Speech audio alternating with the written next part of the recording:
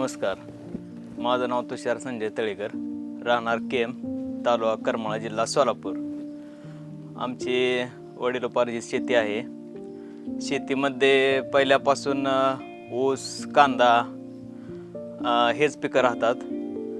आणि आता यावर्षी केळी पीक पहिल्यांदाच लावलं आहे आणि सुरुवात याराबरोबरच केलेली आहे. ऊस शेती करताना ऊसामध्ये पारंपरिक खते वापरत होतो. त्यानंतर केळी पीक लावल्यानंतर केळीमध्ये गुणवत्ता आणि दर्जा ह्या दोन गोष्टी महत्त्वाच्या असल्यामुळं आमची भेट कृषी मित्र ॲग्रो आकाश नायकनवर यांच्यासोबत झाली. त्यानंतर आम्ही यारा कंपनीचे सर्व खते वापरण्यास सुरुवात केली. सुरुवातीपासूनच आम्ही ठरवलं की योग्य डोस योग्य वेळी केळी पिकाला गेला पाहिजे.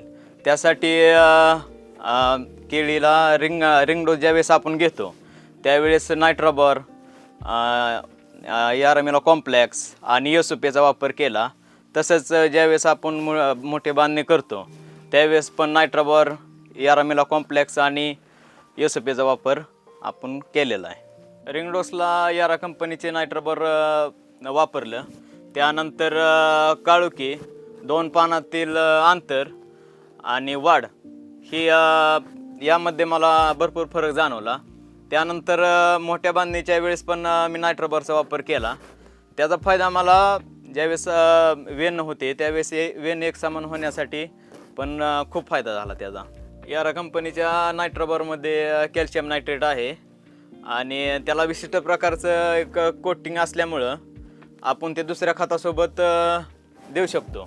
बाजारात बऱ्याच प्रकारची फर्टिगेशनसाठी खते आहेत, पण आपण सुरुवातीपासूनच यारा कंपनीचे 17-0-17, त्यानंतर 12-61-0, त्यानंतर 11-40-11 हे वेन होईपर्यंत आपण कंटिन्यू वापरलेलं आहे. या प्लॉटला पावसाळा सुरू झाल्यापासून कंटिन्यू एक 15 दिवस या प्लॉटमध्ये पाणी होतं आणि तरी पण खताचे शेड्यूल फर्टिगेशन व्यवस्थित झाल्यामुळं आपला हा जो प्लॉट आहे तो एकदम सक्सेसमध्ये आहे आता सध्याला आणि याची गुणवत्ता एकदम टिकून आहे.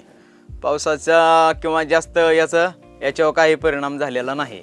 मी कंटिन्यू यारा कंपनीचं शेड्यूल या प्लॉटला वापरलेलंच आहे आणि मला पण वाटतं की सर्व शेतकऱ्यांनी यारा कंपनीचे फर्टिगेशन शेड्यूल हे वापरलंच पाहिजेत.